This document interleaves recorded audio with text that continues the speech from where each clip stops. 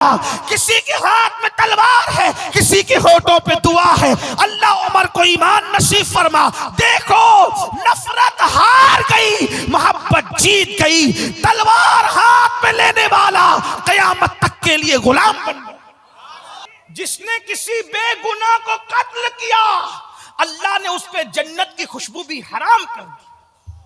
सबसे प्यार करो, दुनिया कदम में न झुक जाए तो फिर कहा ओ सजदों पे घमंड करने वालों, तुम्हारे सजदे तुम्हारे मुंह पे मारे जा रहे हैं। कब तक नफरतों के सौदागर बनकर जिंदगी गुजारोगे? कोई मुसीबत ज़दा आए, तुम उसकी मुसीबत दूर कर देते हो, अपनी जरूरत को कुचल कर उसकी मुसीबत। ये वो इबादतें हैं जो फरिश्ते नहीं करते, वो तुम करते हो। ये इसको दर्द दिल कहते हैं। ये कि औरत बुलंद आवाज से कुरान नहीं पढ़ सकती, मर्दों के कानों तक पहुंचे। उस मजहब में कव्वालन को बुलाकर उर्स में, वो भी क्या तस्वुर है? शर्म करो, अल्लाह को जवाब देना है, मरना है तुम्हें।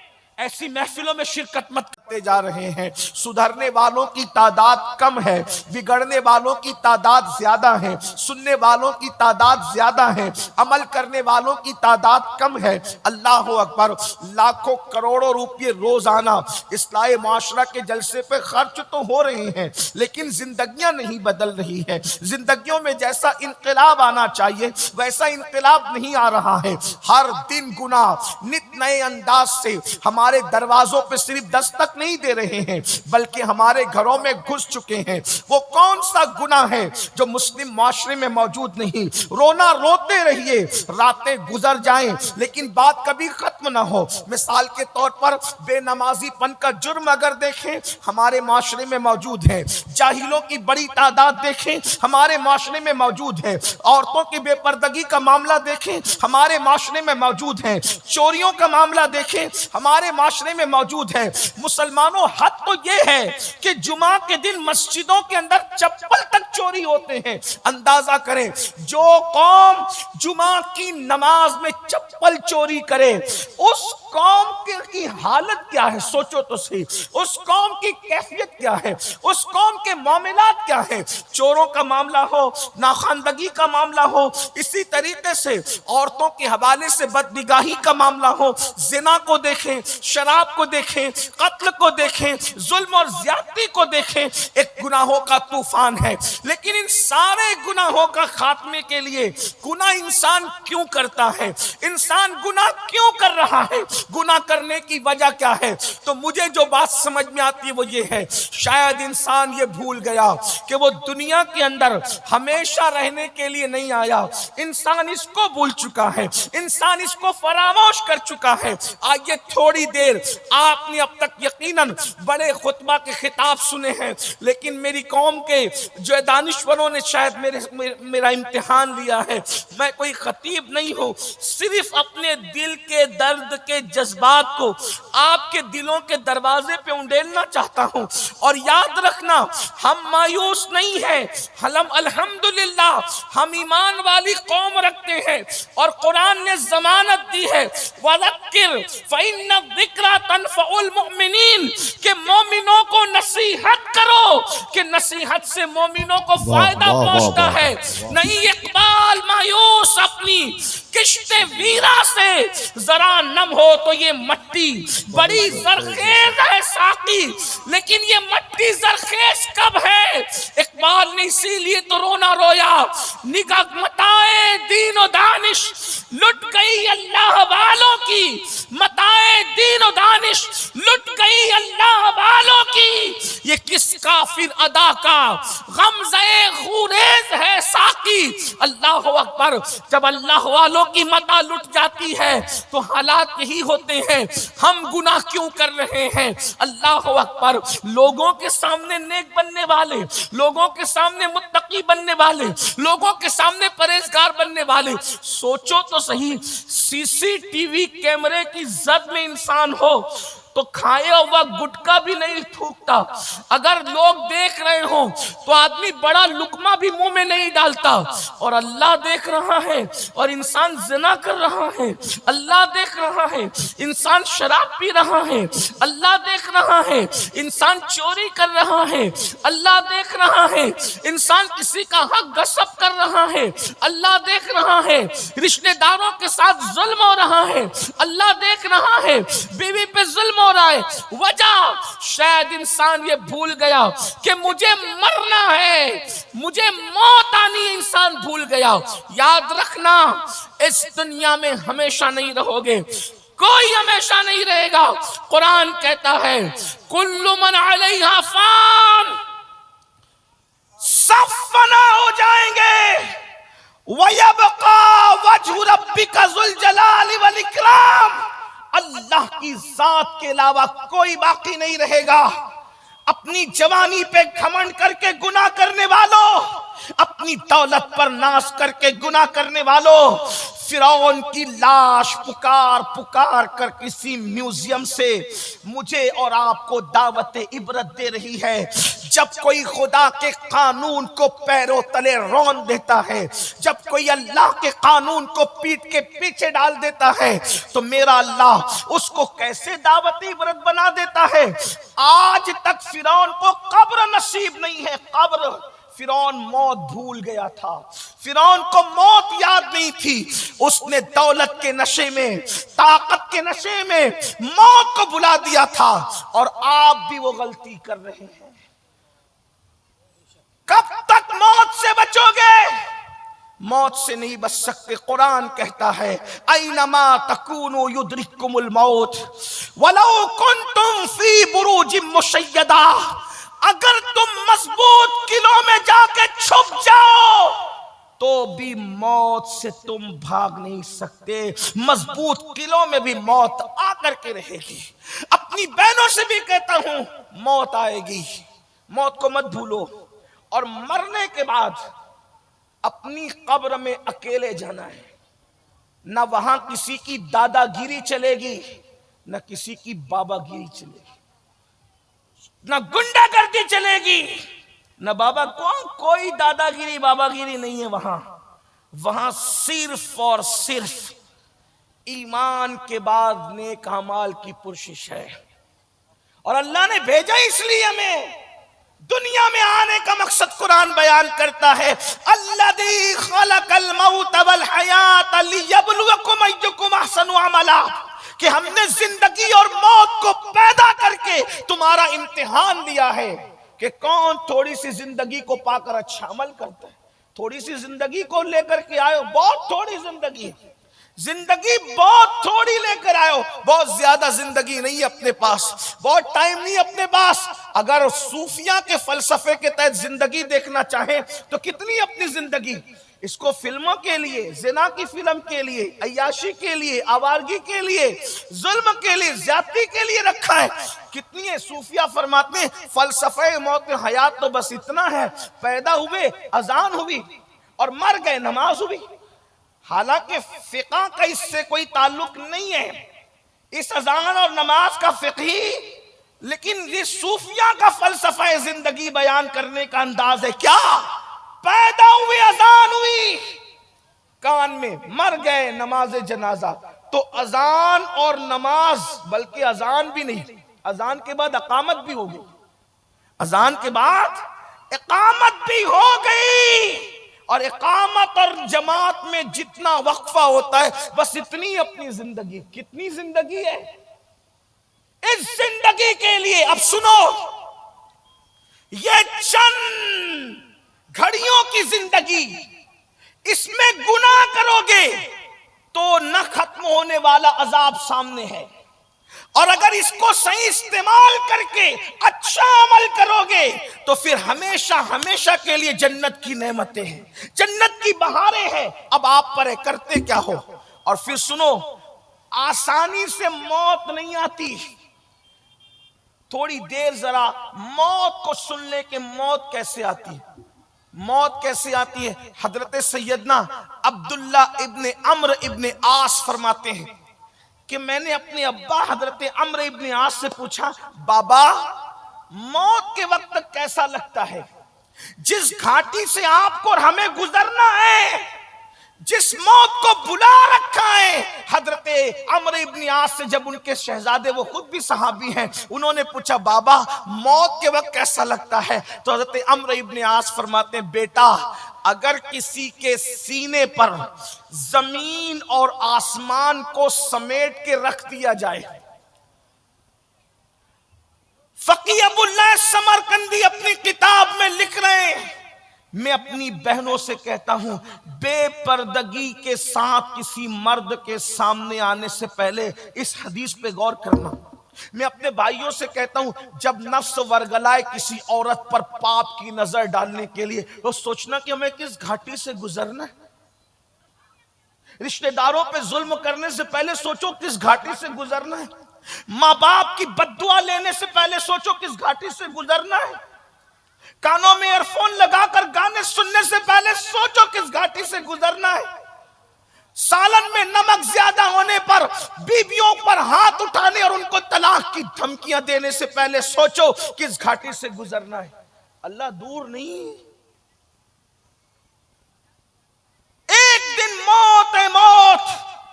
अम्र इब्न आस कहते हैं, जब इंसान मरने लगता है तो उसके सीने पर इतना वजन रख दिया जाता है, ऐसा लगता है कि जैसे जमीन और आसमान को समेट कर उसके सीने पे रखा गया है।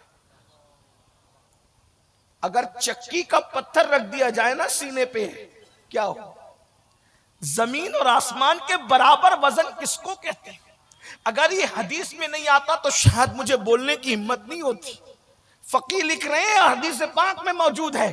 थोड़ी देर के लिए तसव्वुर करो किस घाटी से गुजरना है, किस मकाम से गुजरना है। बड़ी माजरत के साथ मेरे जवानों, ये शायरी की दुनिया अलग है और हदीसों की दुनिया अलग है। शायरी में आदमी जो कह दे, मौत के वक्त जो होगा देखा जाएगा। ये सहाबा कह रहे हैं, अरे चक्की का पत्थर सीने पे अगर कोई बीमारी के वक्त रख दिया जाए तो हमारा क्या बनेगा? मौत के वक्त जमीन और आसमान के बराबर वजन सीने पे रखा जाता है, क्या बनेगा आपको? कुछ तो सोचो, कुछ तो गौर करो। किसी औरत पर पाप की नजर डालने से पहले कभी सोचा होता कि हमारा क्या बनेगा? जिना के अड्डों को आबाद करने से पहले सोचा होता हमारा क्या बनेगा? लुक्मा हराम खाने से पहले सोचा होता हमारा क्या बनेगा? ताश के पत्ते और जुआ खेलने से पहले सोचा होता मौत के वक्त जब उस घाटी से गुजरेंगे क्या बनेगा? वो मौत जब जमीन और आसमान के बराबर वजन सीने पे रखा होता है, क्या होगा उन लोगों? और ये बात मैं आपको बताऊं, ये जो हदीस बयान हो रही ना, इसमें नेक और गुनहगार का भी फर्क नहीं है। यानी मुतलकन मौत के वक्त जो दुनिया से जाता है उसको हर एक को गुजरना पड़ता है। फिर ये और बात है कि अल्लाह रसूल का करम अगर हो जाए, हुजूर जलवा फरमा अगर हो जाए, तो फिर आदमी के लिए उस मौत की तकलीफ हल्की हो जाती है। लेकिन अगर हुजूर नजरें फेर लें तो फिर मौत से बड़ा अजाब क्या है? बात की मंजिलें तो बहुत है, लेकिन मौत खुद बहुत बड़ा अजाब है अगर हुजूर नजरें फेर ले। मेरी कौम के जवानों मुझे बताओ, जब हमारे जवान जुआ खेलने को गुनाह नहीं समझते, हालांकि रिवायत में इमाम गजाली फरमाते हैं, जिसने जुआ खेला गोया उसने अपने हाथों को सूअर के खून में रंग लिया।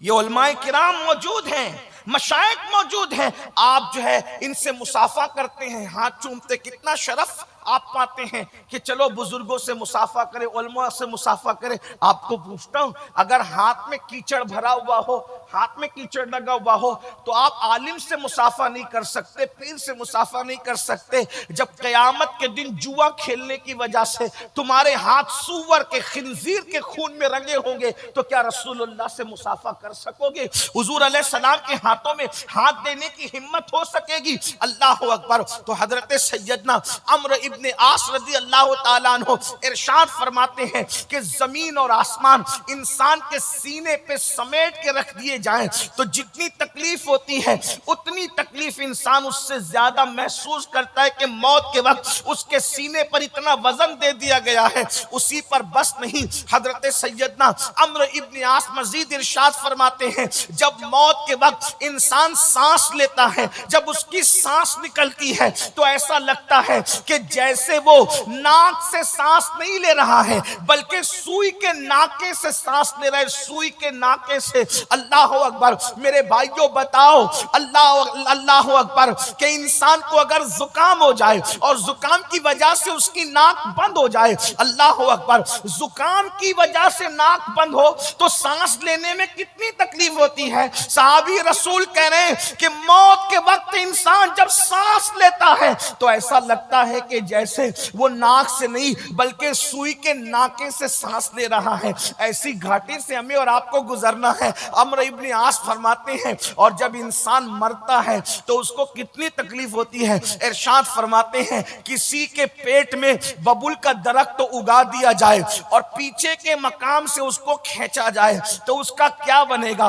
अम्र इब्न आस फरमाते हैं, ऐसी तकलीफ मौत के वक्त होती है। फिर अपने बेटे से कहते हैं, अब्दुल्ला इससे ज्यादा क्या बताएं, मौत की तकलीफ बयान नहीं हो सकती। अब मेरे आका अलैहिस्सलाम के दीवानों, मेरी कौम के जवानों, मेरी भाई मेरी बहनों, मुझे बताओ, इस घाटी से गुजरना है, फिर भी इंसान जुल्म करेगा, फिर भी इंसान गुनाह करेगा, फिर भी इंसान बुराइयां करेगा। बताइए ना कितने गुनाह हैं। किसी का हाल ये है, कोई माँ का दिल दुखा रहा है, अल्लाह अकबर, नौजवान आज के लड़के और लड़कियां अल्लाह अल्लाह माँ बाप को भीख मांगने पे मजबूर कर रहे हैं। कोई धक्के दे के माँ बाप को घर से निकाल रहा है, कोई माँ को बहन के घर पहुंचा रहा है, कोई माँ से कहता है क्या तेरे और बच्चे नहीं हैं, मैं ही तुझे पालूं। कोई बाप को कहता है बस करो, तुम्हारी बीमारी पे खर्च करते करते मैं थक गया हूं। मुझे बताओ, अल्लाह अकबर, नादानो अच्छी तरह से सुन लो, माँ बाप उस नेमत को कहते हैं, उस नेमत को किसी के खूबसूरत चेहरे को देखकर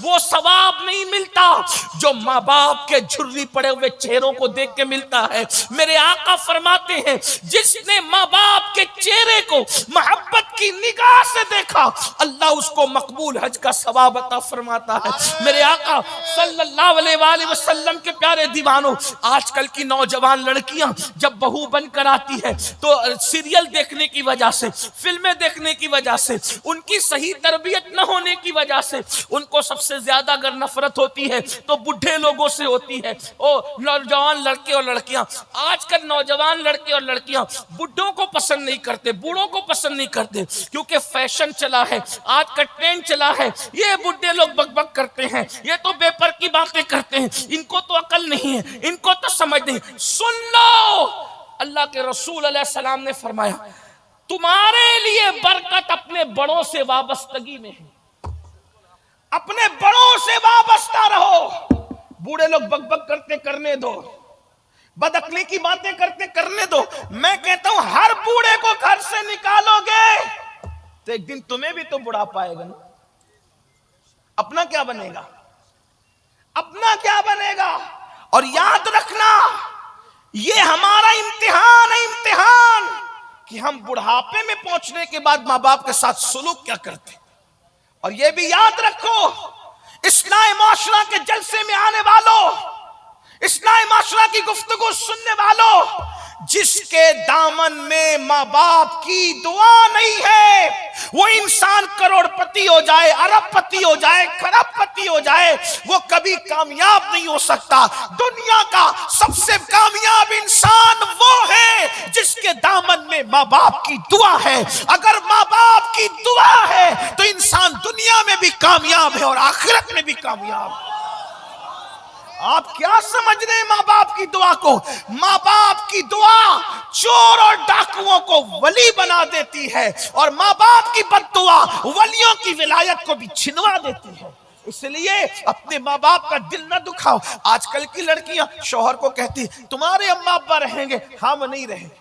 मैं जानता हूं कि सास को इल्म नहीं होता, नए दौर की बहू के मुकाबले में उसकी नहीं बनती, लेकिन बहुओं को सोचना चाहिए कि आज मैं बहू हूं, कल मैं भी तो सास बनूंगी। आज किसी का बेटा मेरा शौहर बना है, कल मेरा बेटा किसी का शौहर बनेगा। और एक बात ये याद रखना, अल्लाह के रसूल ने फरमाया कमा तदीनु तुदान, कमा तदीनु तुदान, तुम जैसा करोगे तुम्हारे साथ वैसा ही किया जाएगा। अगर तुमने किसी का बेटा छीन कर किसी औरत को वीरान किया, तुम्हारा एक नहीं दो छीना जाएगा। जितना तुम किसी को सताओगी उससे ज्यादा कोई तुम्हें सताएगा। सास बहू के झगड़े आज घर घर है, और हर बहू चाहती है कि मेरी सास ससुर मेरे साथ रहे, मैं आराम से रहूं। मेरी बहन, आज तो किसी की मां को किसी के बेटे से दूर करेगी, जुदाई पैदा करेगी, अल्लाह कयामत के दिन तुझे सजा देगा, लेकिन उससे पहले दुनिया में तेरी गोद खाली होगी मेरी बहन। मैं बतौर बद्दुआ नहीं कह रहा हूं, आगाह करने के लिए कह रहा हूं। याद रखना, अल्लाह के रसूल ने फरमाया कमा तदीनु तुदान, तुम जैसा करोगे तुम्हारे साथ वैसा किया जाएगा। और जब आज तुम किसी को दुख दोगी सास की शक्ल में, कल तुम्हारी बहुएं भी तुम्हें दुख दे। खिदमत करो उनकी, वो बकबक करती है तो बर्दाश्त कर लो मां समझ कर। आइए चलिए एक मैं नुस्खा पेश कर दूं, सास बहू का झगड़ा खत्म कैसे हो। बहुत आसान नुस्खा मेरे पास, बहुत आसान। उसमें पहले एक वाकया बताऊंगा, आपको समझ में आएगा नुस्खा क्या है, तवज्जो करना। लेकिन बहनों से कहता हूं, अपने शौहर को उसकी मां से अलग मत करो, क्योंकि तुम्हारी जन्नत तुम्हारा शौहर है और तुम्हारे शौहर की जन्नत उसके माँ बाप है। वो बीवी कभी भी अक्लमंद नहीं है जो अपने शौहर को अपने माँ बाप से अलग करे। अपने शौहर को जहन्नमी मत बनाओ, मत बनाओ जहन्नमी। ये चंद दिन है, गुजार लो। और एक बात याद रखना, शौहर बीवी जो वो सास बक बक करती है, तकलीफ देती है, मुसीबत देती है, आप उससे प्यार करो। देखो, सबसे प्यार करना सीखो। मैं आपसे भी कहता हूं, मोहब्बत करना सीखो। अल्लाह के रसूल सल्लल्लाहु अलैहि वसल्लम ने फरमाया, मेरे अल्लाह ने मेरी तरबियत की और मुझे अखलाक सिखाए। क्या अखलाक सिखाए? आका फरमाते, मेरे अल्लाह ने मुझे 3 बातें सिखाई। जो तुमसे दूर भागे तुम उसके करीब जाओ। ये सिर्फ सांस के लिए नहीं है, हर मुसलमान इस 3 बात को गौर से सुने। आका फरमाते, जो तुमसे दूर भागे तुम उसके करीब जाओ। रिश्तेदार दूर भागते करीब जाओ, चचा ताया दूर भागते करीब जाओ, दोस्तों दूर भागते करीब जाओ। आका ने हमें अखलाक सिखाए, जो तुमसे दूर भागे तुम उसके करीब जाओ। जो तुम्हें तोड़े तुम उसको जोड़ो। तोड़ने का मुकाबला तोड़ने से नहीं करो, जो तुम्हें तोड़े तुम उसको जोड़ो, और फिर जो तुमको महरूम करे तुम उसको अता करो। 3 बातें अपने अंदर पैदा करो, उसकी बरकत देखना। याद रखना मेरे भाइयों और मेरी बहनों, जब भी नफरतों में और मोहब्बतों में जंग होती है, नफरत हमेशा हार जाती है, जीत हमेशा मोहब्बत की होती है। नफरत के मुकाबले में कभी नफरत मत बांटो, नफरत के मुकाबले में मोहब्बत देना सीखो। अहले नफरत हार जाएंगे, अहले मोहब्बत जीत जाएंगे। नहीं जानते, अल्लाह अकबर, किसी के हाथ में तलवार है, कोई तलवार लेकर नफरत में भरपूर आता है, आज तो मोहम्मद को कत्ल कर दूंगा। किसी के हाथ में तलवार है, किसी के होठों पे दुआ है, अल्लाह उमर को ईमान नसीब फरमा। देखो, नफरत हार गई, मोहब्बत जीत गई। तलवार हाथ में लेने वाला कयामत तक के लिए गुलाम बन गया। नहीं देखते, तारीख है, तारीख है, तारीख है। नफरतें हमेशा हारने के लिए है, मोहब्बत हमेशा। मोहब्बत पेश, जिनके हाथों में पत्थर थे उनके लिए मेरे नबी की दुआ थी, अल्लाहुम्मा हदी कौमी, अल्लाह मेरी कौम को हिदायत अता फरमा। अल्लाहुम्मा हदी कौमी फइन्नहु ला यालमून, ये मुझे नहीं जानते। मोहब्बतें जीत गई। फतेह मक्का के दिन वही लोग मुजरिम की तरह सर झुकाए खड़े थे। आकाश से वो सोचते थे कि अभी शान अबरू होगा और खून की नदियां बहेंगी, लेकिन जानते हुजूर ने क्या किया? हुजूर ने क्या किया? फरमाया, जाओ, मैंने तुम सबको माफ कर दी। क्या असर हुआ? जो चांद के टुकड़े देखकर मुसलमान नहीं हुए थे, जो चांद के टुकड़े देख के मुसलमान नहीं हुए थे, नबी के माफ करने का अंदाज देखकर मुसलमान हो गए। ये है मोहब्बत। मोहब्बत बहुत पावरफुल चीज है। तलवार जहां हार जाती है वहां मोहब्बत काम करती। तो हजरत महबूब इलाही का फरमान है, निजामुद्दीन औलिया सरकार फरमाते हैं, कांटों के मुकाबले में कभी कांटे मत बिछाना, वरना दुनिया कांटों से भर जाएगी। कांटे बिछा के सुकून नहीं मिलता, कांटे उठा के सुकून मिलता। आज आप कहते हो ना मौलाना सब है सुकून नहीं है, क्यों? सब है, एसी है सुकून नहीं, पंखे है सुकून नहीं, अच्छा खाना है सुकून नहीं, मुर्ग मुसल्लम मुरग्गन ग़िज़ा सुकून नहीं, अच्छे कपड़े सुकून नहीं, अच्छा मकान है सुकून नहीं, अच्छी दुकान है सुकून नहीं, अच्छा कारोबार है सुकून नहीं, औलाद है सुकून नहीं, बीवी है सुकून नहीं, माँ बाप है सुकून नहीं। कहते हो सब कुछ है सुकून नहीं। नादान, सुकून नरम बिस्तरों से नहीं मिलता, दूसरों को सुकून अता करो, तुम्हें खुद सुकून की दौलत नसीब हो जाए। आज तुम्हारे ज़मीर इसीलिए बेकरार है कि तुमने प्यार देना छोड़ दिया, तुमने मोहब्बत देना छोड़ दिया। अरे मेरे अजीज, कुत्ते को रोटी दो तो इतना सुकून मिलता है, माँ बाप की खिदमत करने पे कितना मिलेगा? सोचो, दरख्तों को पानी देने पे इतना सुकून मिलता है, किसी मुसलमान की खिदमत करने पे कितना सुकून मिलेगा? तो मैं जो नुस्खा पेश करने चला था, मैंने कहा था जल्दी खत्म कर दूंगा, मैं वाकई समेटूंगा, फैलाऊंगा नहीं। सास बहू का झगड़ा कैसे खत्म? बड़ा मसला है। मसला है कश्मीर इतना बड़ा नहीं है जितना घर घर का ये झगड़े हैं, लेकिन बहुत आसान है। हम लोगों के पास तो सब आसान है। कहते हैं बहनें, नौजवान बहनें गौर से सुने, मैं उनकी मजबूरियां जानता हूं। अक्कड़ दिमाग और खड़ दिमाग बुढ़ियां यकीन जाने ऐसी बकबक पीछे लगाती है कि जल्दी जवानों से हजम नहीं होता। अगर बूढ़ी अम्मी मौजूद है तो माफ करना, खाना खा के भी कहेंगी कि मुझे खिलाया नहीं। बुढ़ापे में दिमाग ही बच्चों की तरह हो जाता है, तो नौजवान उसको जल्दी जब वो बर्दाश्त नहीं कर पाते। लेकिन याद रखें, इतना सोचना है कि मैंने भी बूढ़ी होना है बस। आपसे भी कहता हूं, आपने भी सोचना है जब माँ बाप बकबक करे तो सोचना कि हमने भी बूढ़ा होना है। और याद रखना, बूढ़ों की बड़ी बरकत है। जिस घर में बूढ़े होते हैं उस घर में रहमतें नाजिल होती। बूढ़ों के कदमों में बरकत है। ये बूढ़े लोग बहुत कीमती है, बल्कि अल्लाह फरमाता है जिनकी दाढ़ी इस्लाम में सफेद हो जाए, मैं उनकी दुआ को रद्द नहीं करता, उनकी दुआ को रद्द करने में हया करता हूं। जब इंसान बुढ़ा हो जाता है तो अल्लाह फरिश्तों से कहता भी इसके गुनाह मत लिखा करो। अल्लाह ताला बुढ़ों से मोहब्बत करता है। तो बुढ़े लोग बहुत अच्छे हों, लेकिन बहरहाल अब वो हो जाता है मसला। एक लड़की थी, उसकी शादी हुई। एक लड़की थी, उसकी शादी हुई। शादी होकर के जैसे ही वो अपनी ससुराल गई, शौहर तो था बहुत अच्छा, मियाँ बीवी पटती भी अच्छी थी, लेकिन बड़ी भी पीछे लगी रहती थी। ये नहीं किया, वो नहीं किया, वो नहीं किया, वो नहीं किया, वो नहीं किया। तंग आ गई बहू। तंग आई तो अपने अब्बा के पास आई, बाबा ये बुढ़िया बहुत परेशान करती है, बाबा इसका कुछ इलाज बताओ। बाप शरीफ था। शरीफ बाप ने कहा, बेटा वो तेरे शौहर की माँ है, अगर वो बकबक करती है तो तू अपनी माँ समझकर उसको बर्दाश्त कर। ये उस दौर की बात है जब लोग माँ की बात भी सुनते थे। अभी लोग माँ की नहीं सुनते तो सास की क्या सुने हैं? आज की बच्चियां तो माँ की भी नहीं सुनती, आज के बच्चे तो माँ बाप की नहीं सुनते। बहरहाल तो वो दौर था, कहा बेटी माँ समझ के बर्दाश्त कर ले, बेटा जाने दे। कहा नहीं, मैं वापस घर आऊंगी। बाप ने कहा, बेटा शरीफों की बेटियां शादी का जोड़ा पहन के निकलती है तो शौहर के घर से फिर वो कफन पहन के निकलती है। हमारे यहां शादी के बाद वापसी का कोई तस्वुर नहीं है। और यही मैं आज के माँ बाप से भी कहना चाहता हूं, अपनी बेटियों को शय दे के बिगाड़ो मत कि हम पाल लेंगे, हम पाल लेंगे। अरे तू अपनी बेटी को सोने के गोल्ड के पलंग पे सुला सकता है, लेकिन जो शौहर दे सकता है क्या वो तू दे सकता है?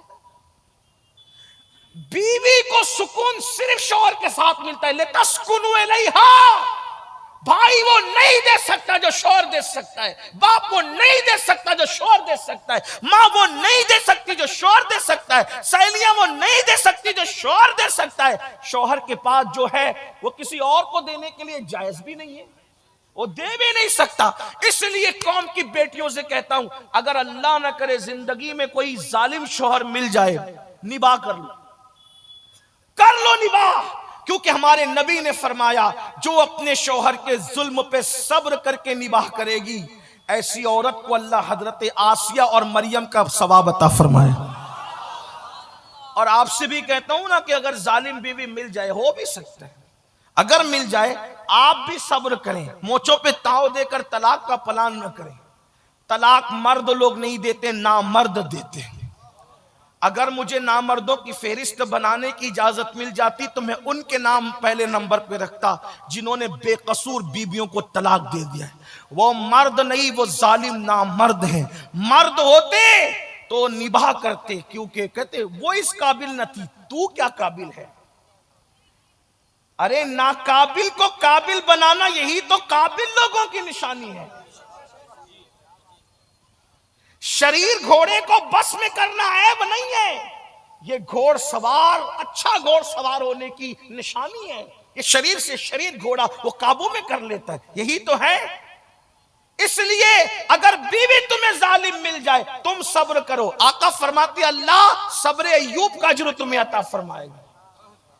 तुम भी थोड़ा सब्र से काम। और याद रखना, पहलवान वो नहीं है जो लोगों को पछाड़ दे, पहलवान वो है जो गुस्से को पी जाए। बेहतरीन बहादुर इंसान वो जो गुस्से को पी जाए, गुस्से को पीने वाला। और अपने हाथों का जोर अपनी कमजोर बीबियों पे दिखाने वालों, वो मर्द नहीं होते जो औरतों को मारा करते। अल्लाह के रसूल अलैहि सलाम ने फरमाया कमीने लोग हैं, कमीने जो औरत की इज्जत नहीं करते। हुजूर की हदीस। मेरे पास इतनी ताकत नहीं होती कि मैं ये बातें करता। फकी अबुल्लाह समरकंदी ने हदीस के अल्फाज लिखे, जो बीवी को की इज्जत नहीं करना जानते वो कमीने कमीने। शरीफ इंसान वो है जो बीवी की इज्जत करना जानता है। इसीलिए मेरे आका ने फरमाया तुम में सबसे बेहतर वो है जो अपनी बीवी के साथ अच्छा सलूक करता है। हाथ में तस्बीह रखकर मक्कारी करने को अच्छाई नहीं कहते, कंधे पे मुसल्ला डाल के घूमने को अच्छाई नहीं कहते, सिर्फ दाढ़ियां रखकर कोई अच्छा नहीं होता। फरमाया तुम में सबसे अच्छा वो है जो अपनी बीवी के साथ अच्छा सलूक करता है। जाओ बीवियों के दिल जीतो। तो बहरहाल अर्ज क्या कर रहा था, जल्दी जल्दी सफर पूरा करते चलते हैं। मुझे सर्दी का एहसास है और मैं जानता हूं 2 घंटे बैठने के बाद सर्दियों में हाजतें शुरू हो जाती है, लेकिन आपके जिगर को फिर सलाम करता हूं, आपकी मोहब्बतों को फिर सलाम करता हूं। लेकिन बात पूरी करूंगा जल्दी से। तो उस लड़की ने कहा अपने बाबा से, बाबा मैं छोड़ आती हूं घर। शौहर अच्छा है लेकिन सास अच्छी नहीं। कहा बेटी शरीफों के घर ऐसे नहीं होते कि बेटी आकर के बैठ जाए, ना हम तुझे नहीं बिठाएंगे, जा निभा कर। अब बाप की तरफ से जब शय नहीं मिलती, माँ की तरफ से शय नहीं मिलती, तो फिर बच्चियां निभा करती। और एक बात ये भी कहता हूं, कुछ बच्चियां कुछ चंचल होती, बेबाक, तो जब देखती कि माँ बाप शय नहीं दे रहे तो फिर वो खुदकुशी का सोचने लगती है। याद रखना, दुनिया की जो मुसीबत है वो खत्म होने वाली है। अगर दुनिया की मुसीबत से तंग आकर के खुदकुशी करोगे ना, तो कयामत तक जहन्नम के अंदर तुमने जैसी खुदकुशी की है वैसे बार बार तुम्हें मारा जाएगा। जैसे तुमने फांसी ली तो बार बार जहन्नम में तुम्हें फांसी दी जाएगी। अगर तुमने जहर पिया बार बार तुम्हें जहन्नम में जहर पिलाया जाएगा। अगर तुमने छुरा भोग लिया तो तुम्हें बार बार तुम्हारे अंदर छुरा भोगा जाएगा। इसका मतलब यह है कि दुनिया से इसलिए खुदकुशी की थी कि चैन मिल जाए, लेकिन ये 2 दिन का चैन दुनिया में नहीं मिला और आखिरत में हमेशा के लिए अजाब में मुब्तला हो गए जब तक अल्लाह चाहेगा। खुदकुशी करने वालों को देर तक अजाब होगा, खुदकुशी करने वालों को बहुत अजाब होगा। और यह भी याद रखना, खुदकुशी करोगे तो भी जैसे खुदकुशी किए बार बार वैसे ही मारे जाओगे। और अगर किसी को कत्ल किया है तो जैसे अंदाज से तुमने किसी को कत्ल किया वैसे तुम्हें भी जहन्नम के अंदर कत्ल किया जाएगा। और आका फरमाते हैं जिसने किसी बेगुनाह को कत्ल किया अल्लाह ने उस पर जन्नत की खुशबू भी हराम कर दी। चिड़िया को बेगुनाह नहीं मार सकते, चिड़िया को बेजरूरत नहीं मार सकते, खेलकूद के लिए चिड़िया नहीं मारी जा सकती। अगर आपको खाना है और जो उलमा ने जो बताए हैं मामलात, उसी अगर कोई खेल कूद के लिए चिड़िया की जिंदगी से खेले, हदीस पाक में आया है अल्लाह के रसूल अलैहि सलाम फरमाते हैं किसी ने किसी चिड़िया की जिंदगी से खेल किया होगा तो वो चिड़िया अल्लाह से फरियाद करेगी, मौला फलां ने मेरी जिंदगी के साथ खेला था, आज अदल और इंसाफ का दिन है, मुझे इंसाफ चाहिए। अल्लाह के रसूल फरमाते हैं चिड़िया की फरियाद बिजली की कड़क की तरह सुनाई देगी और अल्लाह फरमाएगा आज इंसाफ का दिन है। अगर किसी ने चिड़िया की जिंदगी से भी खेला है, उसके अमाल बर्बाद किए जाएंगे और उसको मुंह के बल घसीटते हुए जहन्नम में दाखिल किया जाएगा। छटाक भर की चिड़िया की जिंदगी से जो खेले, उसके अमाल बर्बाद करके उसे जहन्नम में दाखिल किया जाएगा। जो इंसानों की जिंदगी से खेले, उसका क्या हाल होगा? ये दुनिया ही सब कुछ नहीं है। तौबा करो, बदलो। तो अर्ज ये कर रहा था कि दुनिया की मुसीबतों से तंग आकर कभी खुदकुशी का मत सोचना। ये दुनिया है, चंद दिन में दुनिया गुजर जाएगी, खत्म हो जाएगी। आखिरत का सोचो। आखिरत में बहुत बहुत मजे हैं, बहुत मजे हैं। आखिरत में बहुत करम है। जो चाहोगे वो नेमतें मिलेगी। दुनिया संवार लो, बस दुनिया में सही से जी लो। तो उस लड़की ने सोचा, अब्बा तो शय नहीं दे रहे, अब्बा तो मेरी मदद नहीं कर रहे। तो उस लड़की ने क्या किया, उसके अब्बा के गहरे दोस्त थे एक हकीम साहब, और वो वाकई हकीम थे। यानी ऐसी आलू चालू बाजारी आदमी नहीं, वो वाकई हकीम थे। हकीम यानी हकीम किसको कहते हैं समझते हो ना? वो जड़ी बूटी की दवाएं वगैरह बनाते हैं। वो लोग उस दौर में बहुत पढ़े लिखे होते थे, दवाएं बनाना भी जानते थे, हिकमत की बातें करना भी जानते थे। तो बचपने से चच्चा चच्चा कहती थी, अब्बा के गहरे दोस्त थे। सोचा अब्बा मदद नहीं करें, चच्चा के पास चलो। वो हकीम साहब के पास गई, कहने लगी, चच्चा जान, सास बहुत सताती है, जालिम, गालियां देती है, तकलीफ पहुंचाती है, मुसीबत खड़ी करती है। अब्बा को शिकायत की, अब्बा शिकायत कबूल करने तैयार नहीं। अम्मा को शिकायत की, अम्मा शिकायत कबूल करने तैयार नहीं। अब चच्चा एक काम करो ना, आप दवा बनाना जानते हो ना, तो ऐसी कोई दवा बनाओ, मैं बुढ़िया को खिला दूं तो बुढ़िया मर जाए, उसका किस्सा खत्म हो जाए। हकीम साहब वाकई हकीम ने कहा, हाँ सही कहा बेटी, बहुत सही बात। लेकिन तेरा रोज उससे झगड़ा होता है, तेरी सास। अगर बुढ़िया अचानक मरेगी तो लोगों को शक होगा ना कि बहू ने मार डाला। अपने एक आइडिया चलते हैं, क्या उसको अचानक नहीं मारते, 3 महीने के अंदर मरेगी बुढ़िया, लेकिन उसको हम लोग थोड़ा सा स्लो पॉइजन, यानी थोड़ा थोड़ा जहर रोज देंगे उसको। 3 महीने की मैं पुड़िया बना देता हूं, खाने में जहर देना, लेकिन लड़ना मत, वरना फिर शक होगा कि बहू ने मारा। तो करना क्या? 3 महीने तक तुझे सब्र करना है। तो क्या?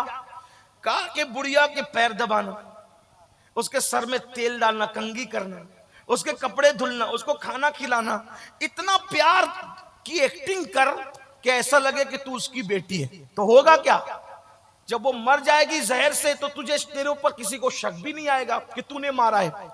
उसने कहा 3 महीने अगर बुढ़िया को झेल लूं तो हमेशा के लिए मेरी राहत ही राहत है। तो चलो 3 महीने पैर दबाने में जाता क्या है, 3 महीने खाना खिलाने में जाता क्या, 3 महीने खिदमत करने में जाता क्या है। बुढ़िया लेकर आई चुपके से।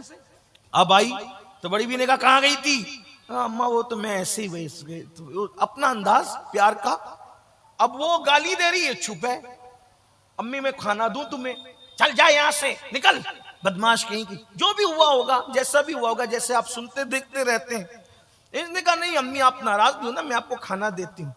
एक बात याद रखना मेरे अजीज, कुत्ते को भी प्यार दो ना तो कुत्ता भी दुम हिलाने लगता है, बकरी को भी सहलाओ ना तो बकरी और गाय भी गर्दन झुका देती है।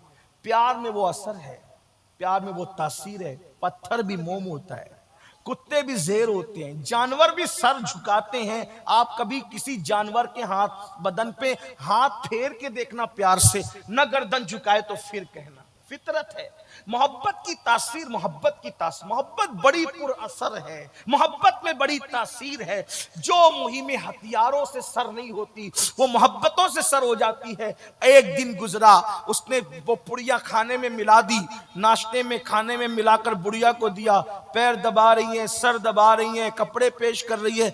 बुढ़िया सोच रही है इतने मूड में आज कैसे है, ये बदमाश हमेशा सताती रहती है, मुंह चलाती रहती है, और ये आज बड़ी खिदमत कर रही है। सोचा हो सकता है कोई बात हो। दूसरा दिन फिर वही, तीसरा दिन फिर वही। बहू के दिमाग में चल रहा है 3 महीने खिदमत करो, हमेशा के लिए छुट्टी पाओ। जैसे ही 8-10 दिन गुजरे, अब ये प्यार देने वाली बहू प्यार दे रही, तो बुढ़िया ने सोचा या अल्लाह मेरी बहू मुझे इतना प्यार दे रही, मैं वही कम वक्त दिल में उसका कीना लेके बैठी। तो बुढ़िया ने भी सोचा जब बहू बदल गई तो मुझे भी बदल जाना चाहिए। अब वो दोनों में प्यार हो गया, झगड़ा खत्म हो गया, मोहब्बत खत्म हो गई। 8-10 दिन में ये हुआ तो बहू जो है वो सास को माँ की तरह लगने लगी, और बहू सास जो है वो बहू के लिए बहू जो है वो सास को बेटी की तरह दिखने लगी। अब वो सास बहू एक दूसरे के बगैर रह नहीं रहे, इधर मोहब्बत हुई तो उधर भी मोहब्बत हो गई। अब बेटी बेटी बेटी कह के पुकारती है, घर का माहौल बदल गया, झगड़ा खत्म हो गया, ये हो गया वो हो गया, ये भी इसके बगैर नहीं, वो भी उसके बगैर नहीं। इसको अचानक ख्याल है, अरे बुढ़िया तो 3 महीने बाद मर जाएगी, मेरी इतनी अच्छी सास 3 महीने बाद मर जाएगी। 15 दिन के बाद रोते धोते पहुंची, चच्चा चच्चा वो जो आपने 15 पुड़िया तो खिला दी उसको और वो मर जाएगी, तुमने 3 महीने के लिए कहा था। मेरी सास मुझसे बहुत प्यार कर रही है चच्चा, जो मुझसे इतना प्यार करे वो मर जाए मुझे गवारा नहीं, चच्चा मेरी सास को बचा लीजिए। मुस्कुराकर बड़े मियां ने कहा, बेटी मैं जानता था जब तू अपनी सास को प्यार देगी ना बेटा, तो वो भी तुझसे प्यार करने पे मजबूर हो जाएगी। तो किसी को पागल कुत्ते ने तो नहीं काटा ना कि मोहब्बत के बदले में नफरत ही करे, लेकिन एक ना एक दिन मोहब्बत अपना असर दिखाती है। बेटा मैंने जहर नहीं दिया था, वो तो ऐसे ही तू, अगर मैं मना करता तो तू कहीं और चली जाती, गलत रास्ते भी चली जाती, किसी बदमाश के पास चली जाती जो वाकई तुझे जहर देता। तो मैंने सोचा कि मना भी ना करूं और ये काम भी कर दूं। तो मैं जानता था जब तू प्यार करेगी तो वो भी प्यार करेगी। मेरी बहनों ये पुड़िया आप भी लेकर जाओ, अपनी सास की खिदमत करो, नंदों की खिदमत करो, जिठानियों की खिदमत करो। आपसे भी कहता हूं लोगों से प्यार करो। मेरे आका अलैहिस्सलाम के दीवानों, ये कादरी फकीर आपकी बस्ती में तुम्हें गारंटी दे के जा रहा है, सबसे प्यार करो, दुनिया कदम में न झुक जाए तो फिर कहना। आखिरी बात अर्ज करूं आपके सामने, बस तवज्जो से सुन ले, आखिरी बात अर्ज करूं आपके सामने, अल्लाह के रसूल ने किस किस को माफ किया, अल्लाह के रसूल ने कैसे कैसे लोगों को माफ किया जानते हैं? आखिरी बात देखो हुजूर ने कैसे माफ किया। माफ करना सीखो। आका अलैहिस्सलाम फरमाते, माफ करने से इज्जत नहीं जाती और सदका देने से माल कम नहीं होता। माफ करो, खुदा तुम्हारी इज्जत बढ़ाएगा, सदका दो, अल्लाह तुम्हारे माल में बरकत अता करेगा। एक सुने तवज्जो से, आखिरी बात उसको अपने अल्फाज के जामे में पेश कर रहा हूं, तवज्जो से सुनो। मक्का फतेह हुआ, फतेह मक्का का दिन था। अल्लाह के रसूल ने फरमाया कोई किसी पे तलवार नहीं उठाना। साहबा ने कहा ठीक है, लेकिन हुजूर अलैहिस्सलाम ने कुछ लोगों के नाम ब्लैक लिस्ट में गोया के रखे थे, यानी ये दिखे तो उसको दिखे तो कत्ल कर देना है, क्योंकि वो लोगों ने किए ही थे ऐसे काम। उनमें से कुछ लोग थे, उनमें एक नाम था वहशी। ये वहशी कौन है जानते हैं? वहशी अल्लाह अकबर। ये वहशी वो शख्स है, वो जवान है जिन्होंने रसूलुल्लाह के सगे चचा हजरत अमीर हमजा को कत्ल किया और कत्ल करके सीना चीरा था और एक औरत के हवाले किया था। उस औरत ने वो कच्चा चबाया था, कलेजा और थूका था, कान काटे थे, होंठ काटे थे, नाक काटे, उंगलियां काटी थी। लेकिन ये बात याद रखें, जिन लोगों ने भी ऐसा किया बाद में वो मुसलमान हुए और हुजूर ने उनको माफ किया। तो इस्लाम लाने से पहले अगर किसी ने कुछ कर दिया तो इस्लाम लाने के बाद हम उस पर तान नहीं कर सकते। याद रखना, हुजूर ने जिनको माफ कर दिया, अब हम उन मुर्दे गड़ों को, उन गड़े हुए मुर्दों को नहीं उकेल सकते। कुछ लोग ऐसा करते हैं।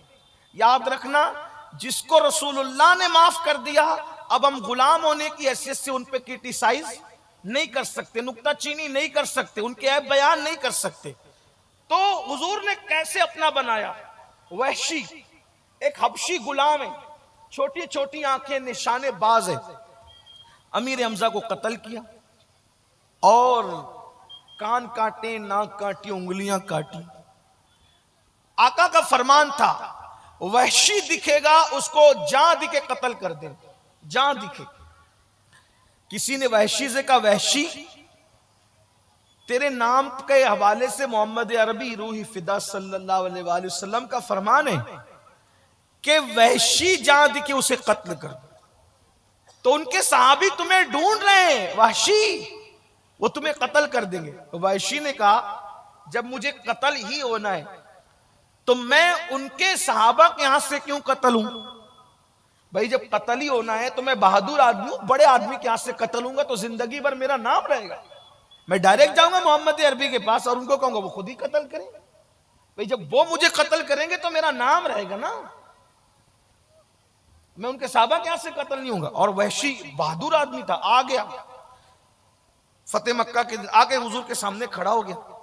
अल्लाह के रसूल अलैहिस्सलाम नजरें झुकाए, गर्दन, हुजूर की आदत थी, हुजूर हमेशा गर्दन झुका के और नजरें झुका करके बैठा कर, नीची आंखों की शर्मो हया पे दुरूद, ऊंची बीनी की रिफत पे लाखों सलाम।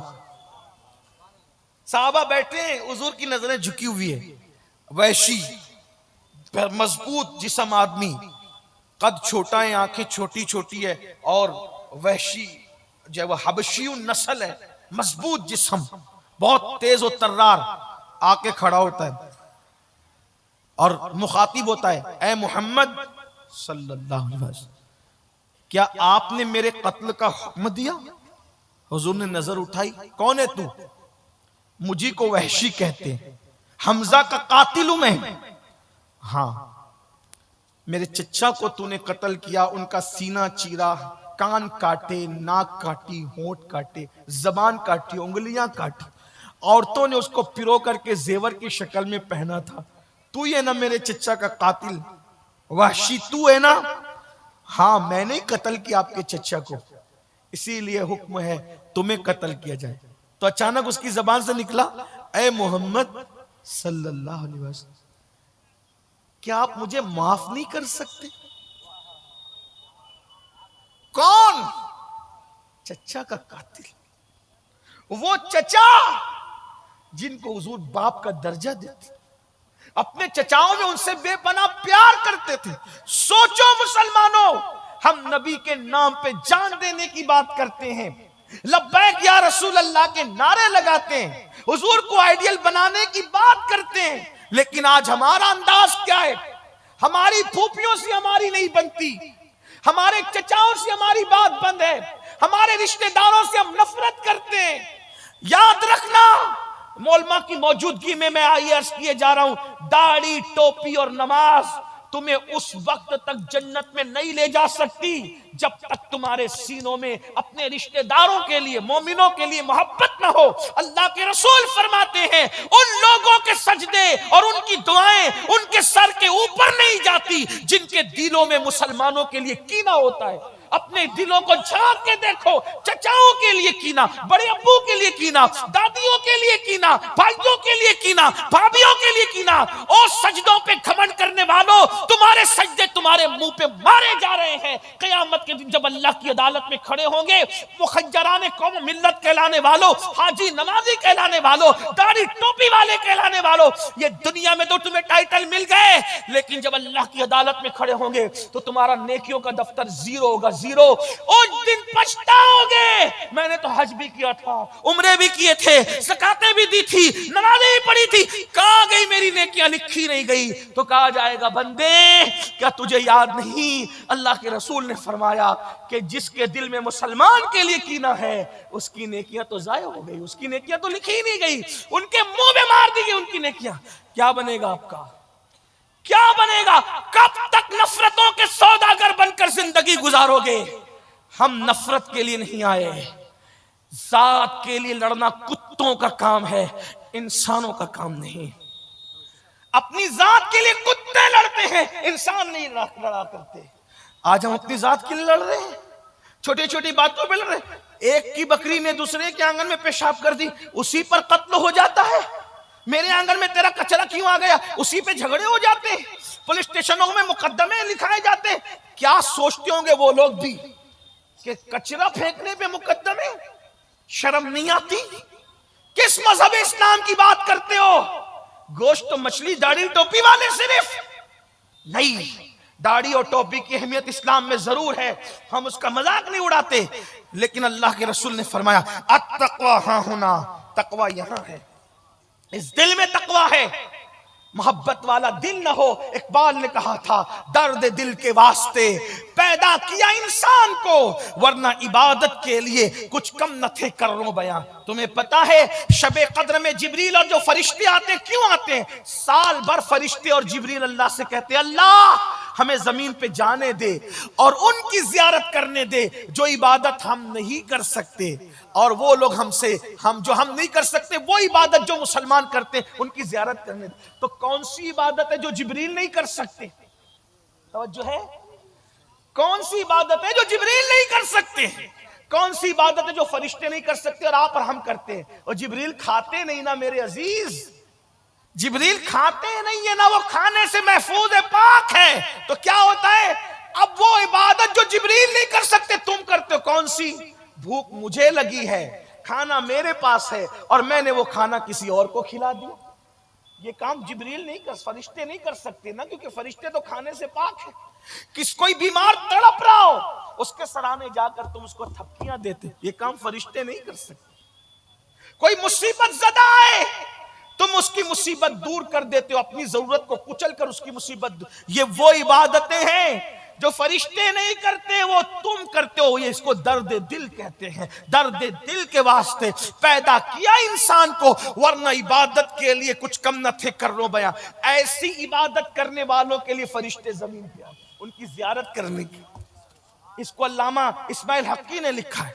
और भी इबादतों का मफहूम है, मैं उसका मुनकिर नहीं हूं, लेकिन याद रखना। तो अर्ज क्या कर रहा था, वहशी ने कहा, ए मोहम्मद रूही फिदा सल्लल्लाहु अलैहि वसल्लम, क्या आप मुझे माफ नहीं कर सकते? सोचो, रहमतुल लिल आलमीन की अदालत में एक मुजरिम कत्ल का, वो भी चचा के कत्ल का, और वो कहता है कि आप मुझे माफ नहीं कर सकते। तो मेरे आका ने क्या कहा पता है? बगैर तवक्कुफ किए रुके हुए, हाँ मैं तुम्हें माफ कर सकता हूं, बिल्कुल तुम्हारी माफी हो सकती है। माफी हो सकती, कहा एक शर्त है। कहा क्या? कलमा पढ़ के मुसलमान हो जाओ, मैं तुम्हें माफ कर दूं। ये इस्लाम है। अच्छा, अब वो वहशी दिमागदार ज़हीन आदमी का कलमा पढ़ूंगा तो क्या होगा? कहा कि कलमा पढ़ेगा तो तेरे सब गुनाह माफ हो जाएंगे, सब जुर्म माफ हो जाएंगे और अल्लाह तुझे जन्नत देगा। कहा कलमा पढ़ लूंगा, आप माफ कर देंगे, अगर आपका अल्लाह माफ नहीं करा तो आप माफ कर दिए ना कलमा पढ़ने से। आपका अल्लाह माफ ना करे तो? हुजूर क्या फरमाते हैं, मैं जमानत देता हूं वहशी, जब मैं माफ करूंगा तो मेरा अल्लाह भी माफ कर दे। चचा के कातिल के साथ ये सुलूक किया, उसको माफी की जमानत दी जा रही।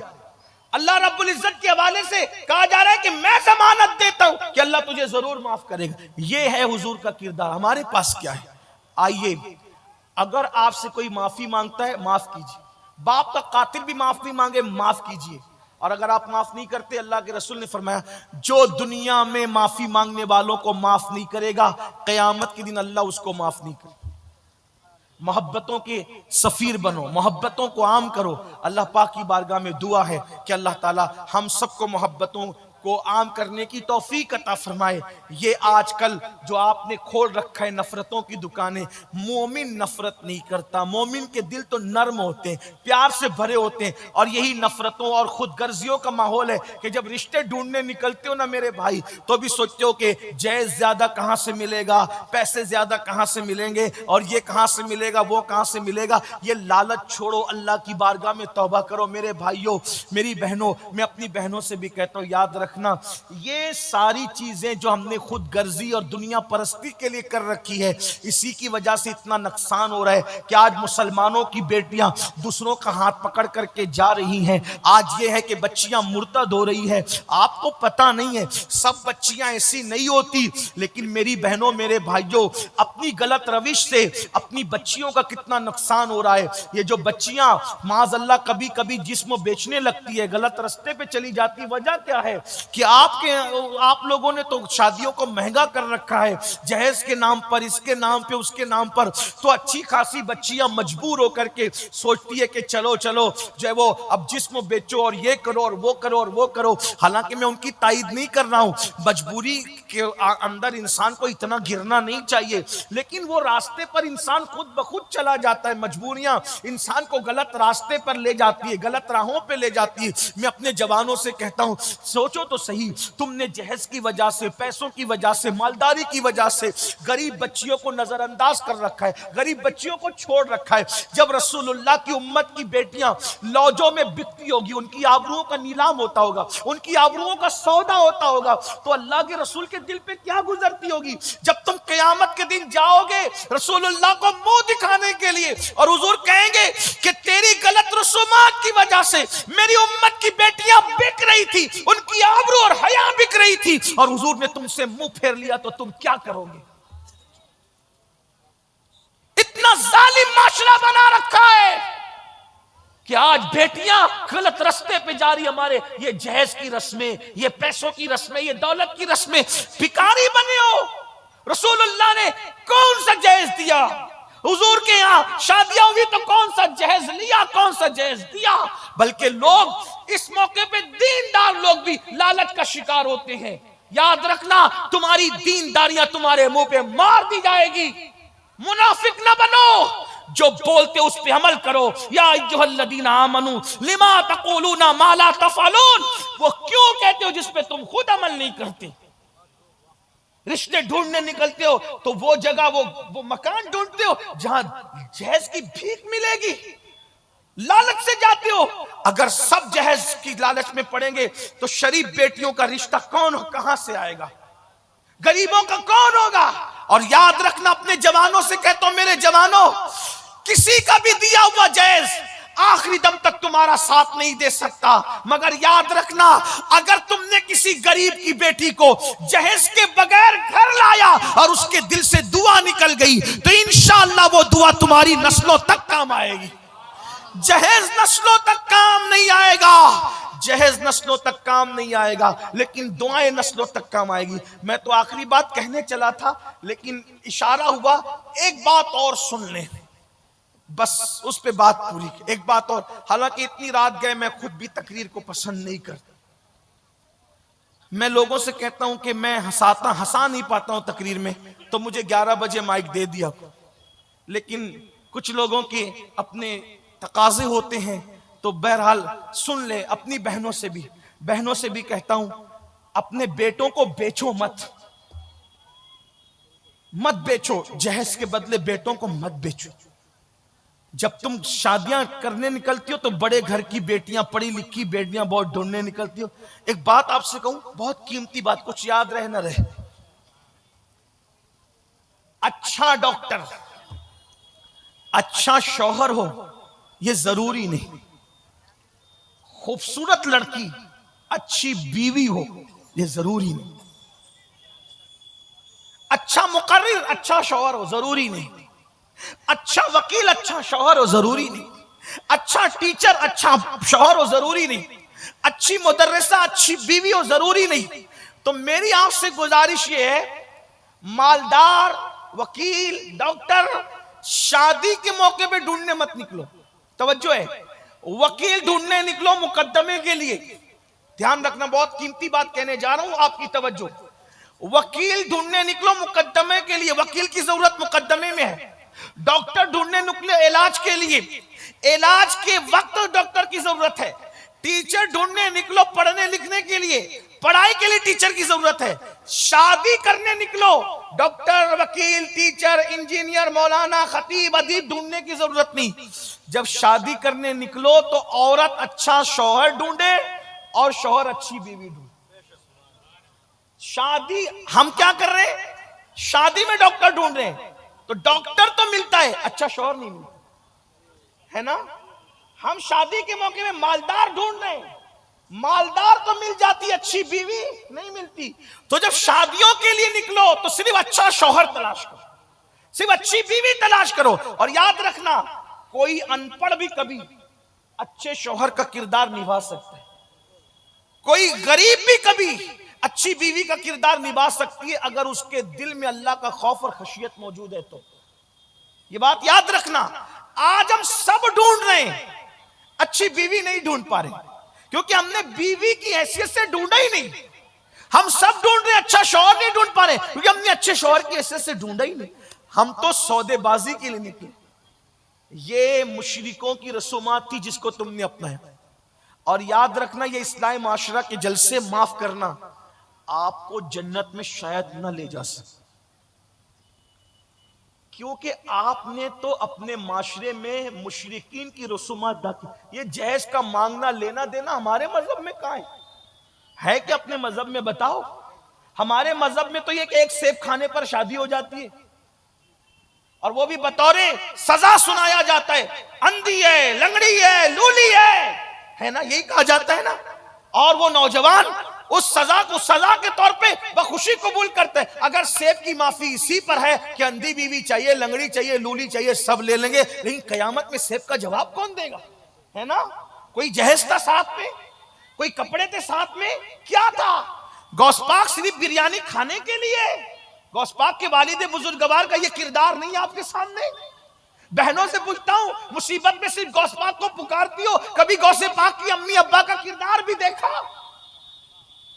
और गौस पाक की अम्मी ये भी नहीं कहती आने वाला तो अजनबी मुसाफिर है, मैं उसके साथ कैसे जाऊं, उसका तो खुद का घर भी नहीं है, खुद का मकान नहीं है, कैसे अबू साले से निकाह हो? लेकिन वो सोचती है खुद का मकान हो ना हो, लेकिन अल्लाह से इतना डरने वाला है कि एक सेब की सजा के तौर पे कबूल कर रहा है किसी को। ये होते किरदार, ये दीन, ये मजहब, हम कहां है? तो बात में जो करने चला था इख्तिताम पे, वही कि मजबूरियां गलत रास्ते पे डालती है बेटियों को, बेटों को। एक मर्तबा का वाकया है, 5-7 बहनें थी, 5-7 बहनें थी, उनको रिश्ते नहीं आ रहे थे। जैसे आजकल माहौल है, गरीब को कोई नहीं पूछ रहा है। दीनदार लोग भी ना सिर्फ जलसे में कहते हैं हजरत तकरीर करना, हजरत की तकरीर पे कौन अमल कर रहा है? दीनदार लोगों के यहाँ भी जब बड़े घर देखे जाते थे कहते हैं आपने तो कहा था, तकरीर तो आप ही ने करवाई थी ना मौलाना से। अब आप जब वो मालदार घराना, क्या करूं हजरत मेरी बीवी नहीं मान रही, वो इतना फर्मा बरदार हो गया तो बीवी का, पूरी जिंदगी अपनी चलाता रहा और अब मालदार घर में रिश्ते के लिए बीवी को हार बना लिया। यही होता है ना, ये सब होता है, ये सब झूठ है, मक्कारी है, फरेब है। जहेज क्यों मांग रहे हो? अगर बीवी नहीं मान रही है, बीवी की कितनी मानी तूने? आज सब कुछ मलका बीवी को बना दिया, झूठ है। घर की शादियों में गलत रस्में करते हो, औरतें नहीं मान रही घर की, तो औरतों की पूरी जिंदगी तुम मनवाते रहे और आज शादी के मौके पे इतने बेबस हो गए। इसका मतलब आदमी एक दूसरे के पीछे छुपता है, झूठ बोलता है इंसान, अल्लाह का खौफ जा रहा है दिलों से, वो सोचता ही नहीं कि अल्लाह देख रहा है, मुझे मरना भी, अल्लाह को जवाब भी देना है। बहरहाल तो कई बहनें थी, बड़ी बहन ने देखा कि किसी बहन को ना मुझे रिश्ता आता ना मेरी बहनों को आता है, बड़ी खूबसूरत, बाप को कैंसर का मर्ज हो गया, माँ बीमार रहती है। सोचा या अल्लाह, बाप को कैंसर हो गया, माँ बीमार रहती है, कोई हमारी मदद नहीं करता, कोई हमारी इमदाद नहीं करता, चलो एक काम करते हैं, बाजार हुस्न में रात को औरतें अपना जिस्म बेचती हैं, तो हम भी चुपके से जा करके अपनी आबरू को बेचा। उसने बुर्का पहना और जहां औरतें अपने जिस्म की नुमाइश करके अपनी आबरू को सौदा करती थी, वहां जाके बैठ गई। गरीब की बेटी थी, उसके पास मेकअप करने का कोई सामान भी नहीं था, लेकिन इतनी खूबसूरत थी, क्योंकि अल्लाह के यहां हुस्न देने के लिए अमीर और गरीब का फर्क नहीं होता। अल्लाह जिसके घर चाहता है खूबसूरत बच्चे पैदा कर देता है। बहुत मालदार ऐसे जिनके घर में उतने खूबसूरत नहीं होते जितने गरीबों के यहाँ होते। कभी अमीरों को मालदार खूबसूरत बच्चे देते, कभी गरीबों को उसकी अता है। बहुत खूबसूरत बेटी थी, गरीब बाप के घर में पैदा हो गई और बाप बीमार रहता है, कैंसर का मरीज है, माँ बीमार रहती है, दवा को पैसे नहीं, लोग मदद नहीं करते, इमदाद नहीं करते। हाँ, हमारी कौम की भी कई बच्चियां लॉजों में आबरू बेचती होगी, क्योंकि तुम लोग हो, तुम लोग, हाँ तुम लोग, कि तुम लोग पीर की चादर, पीर के मजार पर 1 लाख की चादर तो चढ़ा सकते हो, लेकिन 500 की चादर किसी गरीब के सर पे दुपट्टे की शक्ल में नहीं डाल सकते। और ये तकरीरें जब कोई करके जाता है तो तुम उसे गालियां देते हो। वह भी आ गया था और दिन का मजाक उड़ाने वाला आ गया था। मैं कहता हूं हम चादरों का मजाक उड़ाने वाले नहीं हैं, लेकिन चादर की 1 लाख की जरूरत हमारे पीर को नहीं है, गरीब की बेटी को है। मैं ये नहीं कहना चादर ना चढ़ाओ, लोग हमें गालियां देते रहे, लेकिन अल्लाह की अदालत में उन्हें भी खड़े होना है, अल्लाह की अदालत में हम भी खड़े होंगे। हम अपनी जिम्मेदारी पूरी किए जा रहे हैं। पीर के मजार पर 1 लाख की चादर की बजाय 500 की चादर चढ़ा दे और वो रकम बचाकर किसी गरीब को सुहागन बना दे अपने पीर के इसाले सवाब के लिए। क्यों? अगर मेरा पीर जन्नती है तो मेरे पीर को 1 लाख की चादर की जरूरत नहीं, जन्नत की चादर तो उसको उड़ा दी गई है। हाँ, लेकिन तुम नहीं करोगे, मुझे मालूम है, इसलिए कि तुम मुफ्त की जन्नत लेना चाहते हो।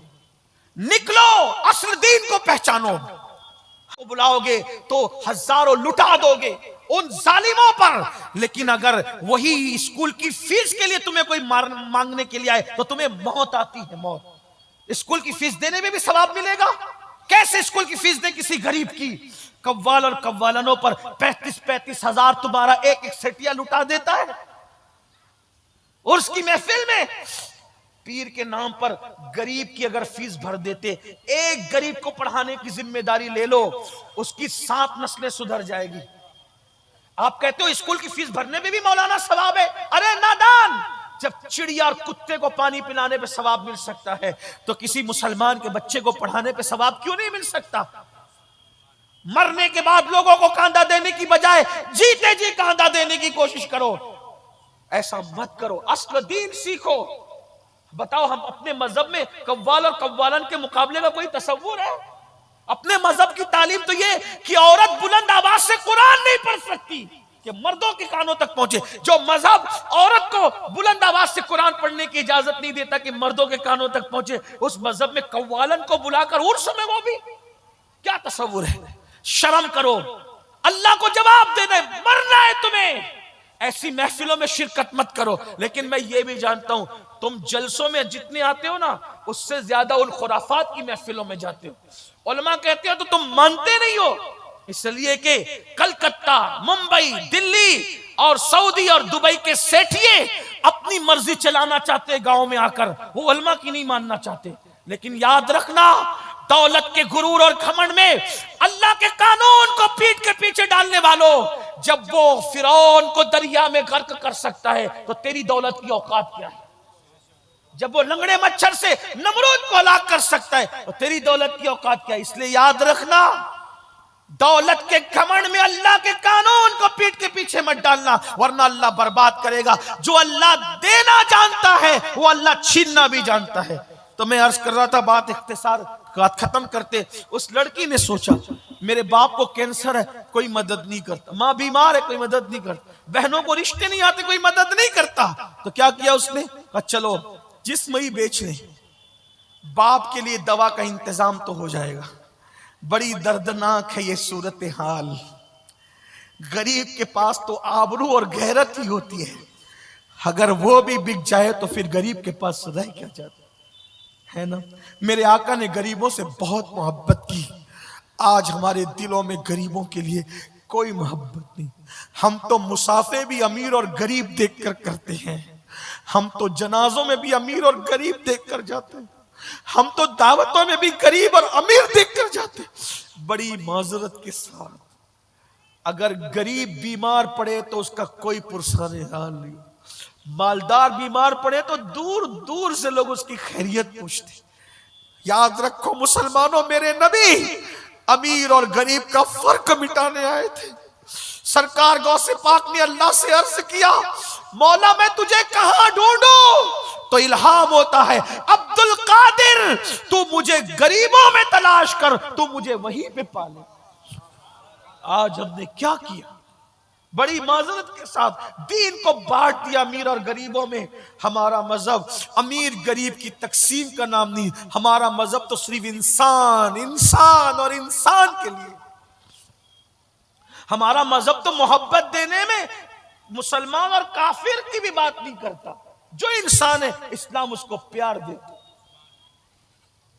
ख्वाजा अबुल हसन खरकानी फरमाते हैं कि इस्लाम तो भूखे को खाना खिलाने की बात करता है, मुसलमान को नहीं, सिर्फ जो भूखा मिले खाना खिलाता। ये अपना मजहब, ये अपना मजहब है। एक मर्तबा इब्राहिम अलैहिस्सलाम के पास एक आतिश परस्त मजूसी आया, उसने कहा मुझे खाना चाहिए। कहा तेरा मजहब का मजूसी हूं? कहा जा नहीं खिलाता। अल्लाह ने फौरन वही फरमाई, इब्राहिम तूने खाना नहीं खिलाया। मौला वो मजूसी था, काफिर था, मेरा बंदा तो था ना इब्राहिम, मेरी मखलूक तो था ना, इतने बरसों से मैं खिला रहा हूं, तूने एक वक्त का नहीं खिलाया। हजरत इब्राहिम अलैहिस्सलाम उठे, उस मजूसी काफिर के पीछे दौड़े, बुला कर चल इधर रखा। कहा अब क्यों आए हो? कहा अल्लाह ने मुझ पे वही की, मेरा बंदा तो है ना, काफिर है मगर मेरा बंदा है, तूने खाना क्यों नहीं खिलाया? तो मजूसी ने कहा कि जो मेरा अल्लाह मेरा इतना ख्याल करता है, फिर मैं उसकी बगावत क्यों करूं? कलमा पढ़ा, इस्लाम में दाखिल कर। भाइयों ये अपना मजहब है, लेकिन हम तो मुसलमान को प्यार नहीं दे रहे, दूसरों को क्या प्यार दोगे? हाँ, जो इस्लामी हुदूद है वो है, अपनी जगह है, लेकिन प्यार खाना खिलाना, प्यार देना, अखलाक से पेश आना, इसमें हुजूर अलैहिस्सलाम ने मजहब में भी कोई तफरीक नहीं फरमाई। कुत्तों को पानी पिलाने पे भी जन्नत मिली, चिड़ियों की जान बचाने पे भी जन्नत मिली, रास्ते से तकलीफ देने वाली चीज हटाने पे भी जन्नत मिली। कहां हो मुसलमानों, अपने मजहब को पढ़ो, रसूमात के इर्द गिर्द सिर्फ मत फिरो, दीन पढ़ो, उलमा से दीन सीखो। तो वो लड़की ने सोचा बाप की बीमारी है, कोई मदद ही नहीं करता, कोई इमदाद ही नहीं करता। क्या किया, बुर्का ओढ़ कर गई और बाजार हुस्न में बैठ गई। पूरे बाजार हुस्न में सबसे खूबसूरत वही लड़की थी, लेकिन खुदा का करना, अल्लाह की शान, जो आता उसके करीब आता तो ऐसा लगता कि कुदरती तौर पे उसकी नजर झुक जाती और आगे बढ़ जाती। ये देखती रहती कि अब आकर कोई सौदा करेगा, और अब आकर, क्योंकि अभी तक उसने कभी आबरू बेची नहीं थी, पहला इत्तेफाक था, सूबे इत्तेफाक, गुर्बत लाई थी आबरू बेचने के लिए। लेकिन जैसे कोई आता उसकी नजर झुक जाती, देखता ही नहीं उसको, आगे बढ़ जाता, देखता ही नहीं, आगे बढ़ जाता। शाम से लेके रात तक, आधी रात तक बाजार हुस्न सजा रहा। हर आने वाला अय्याश आया और अपनी पसंद की एक एक उठा ले गया, लेकिन इसको कोई ना ले गया। फूट फूट के रोई, और जाहिरी नाकामी पर और हकीकत में कामयाबी पर फूट फूट के रोई। बाप की बीमारी के इलाज के लिए आबरू बेचने आई थी, सो वो भी ना बिकी। मुझसे कम हसीन औरतों को लोग ले गए, लेकिन मुझे देखा तक नहीं। आधी रात हो रही थी, बल्कि आधी रात भी गुजर चुकी थी। घर में हंगामा था। माँ अपनी बेटियों से पूछ रही थी, तेरी बहन कहाँ है? बाप बेहोश हो रहा था, तेरी बहन कहाँ है, बताओ कहाँ है? कोई जवाब नहीं दे रहा था। आधी रात के बाद दरवाजे पे दस्तक हुई। बाप का कलेजा कांप गया। माँ के हाथों पर कपकपी तारी हुई। बहनों ने दरवाजा खोला तो आई, और आकर के जैसे ही बाप से लिपटी, बाप ने कहा, कम नसीब, कहां चली गई थी? आधी रात तक तू गायब कहां थी? कहां चली गई थी? तू गई कहां थी? जल्दी बता। तो बेटी ने बाप से फूट फूट कर रोते हुए कहा, अब्बू जरूर बताऊंगी, लेकिन पहले मुझे माफ कर दो अब्बू, फिर बताऊंगी। कहा बता कहां गई थी? कहा बाबा, आपकी बीमारी के लिए मोहल्ले में, इलाके में, गांव में कोई हमारी मदद नहीं करता।